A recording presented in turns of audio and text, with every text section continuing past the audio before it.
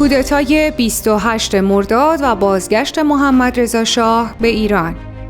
پس از موفقیت کودتای 28 مرداد و بازگشت محمد رضا شاه به ایران، وی به تدریج قدرت خود را تحکیم کرد. این کودتا نقطه عطفی در دوران حکومت او بود و به افزایش اقتدار او و کاهش نقش مجلس و نهادهای مدنی منجر شد. پس از کودتا فضای سیاسی کشور به شدت محدود و سرکوب شد. احزاب سیاسی به ویژه جبهه ملی و حزب توده غیر قانونی اعلام و بسیاری از اعضای آنها دستگیر، زندانی یا اعدام شدند. ساواک، سازمان اطلاعات و امنیت کشور، برای سرکوب مخالفان تشکیل شد. کودتای 28 مرداد را میتوان پایان دوره اوج ناسیونالیسم و ملیگرایی در ایران دانست و راه را برای دورانی از استبداد و وابستگی خارجی هموار کرد. این کودتا نقطه عطف مهمی در تاریخ ایران است که پیامدهای بلند مدتی بر ساختار سیاسی، اقتصادی و اجتماعی کشور داشت.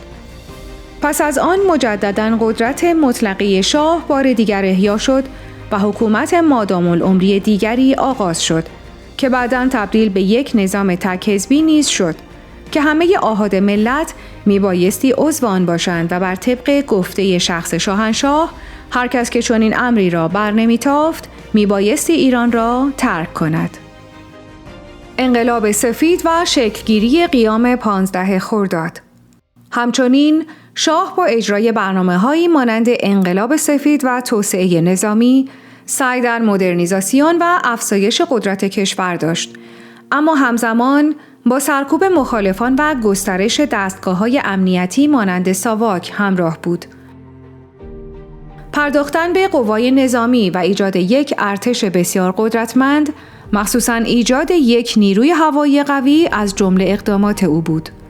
این موضوع وجه مشترک بین همه شاهان و سلاطین در طول تاریخ بوده است، زیرا تضمینی برای ماندگاری آنها محسوب می شود و شاهان همگی با کمک ارتش و نیروهای مسلح اطراف خود است که به ادعای خدایی می رسند و احساس ماندگاری و مادام العمری حکومتشان را می توانند به ملت القا کنند.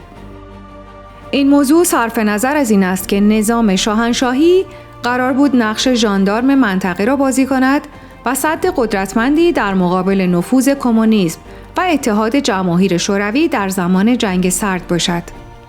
مجموع اقدامات ضد مذهب شیعی که از انقلاب مشروطیت حتی آغاز شده بود، همواره موجی از مخالفت این دو گروه را علیه یکدیگر رقم می‌زد و دائم یک ضدیتی مشهود بود.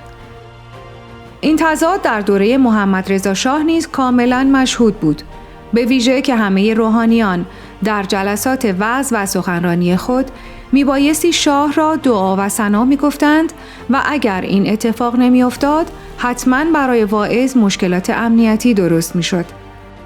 به هر حال در نهایت این عوامل باعث شد که قیام 15 خرداد رقم بخورد.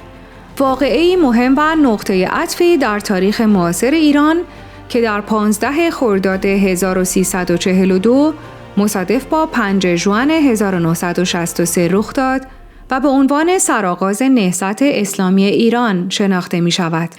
این قیام در پی بازداشت آیت الله روح الله خمینی و در اعتراض به سیاست‌های ضد شیعی حکومت پهلوی شکل گرفت.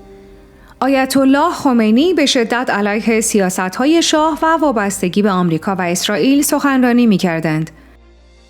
به خصوص سخنرانی ایشان در عصر عاشورای سال 1342 در تاریخ 13 خرداد در مدرسه فیضیه قم که در آن شاه را به یزید تشبیه کردند و او را به دلیل ستمگری و همکاری با اسرائیل محکوم کردند، اوج این اعتراضات بود.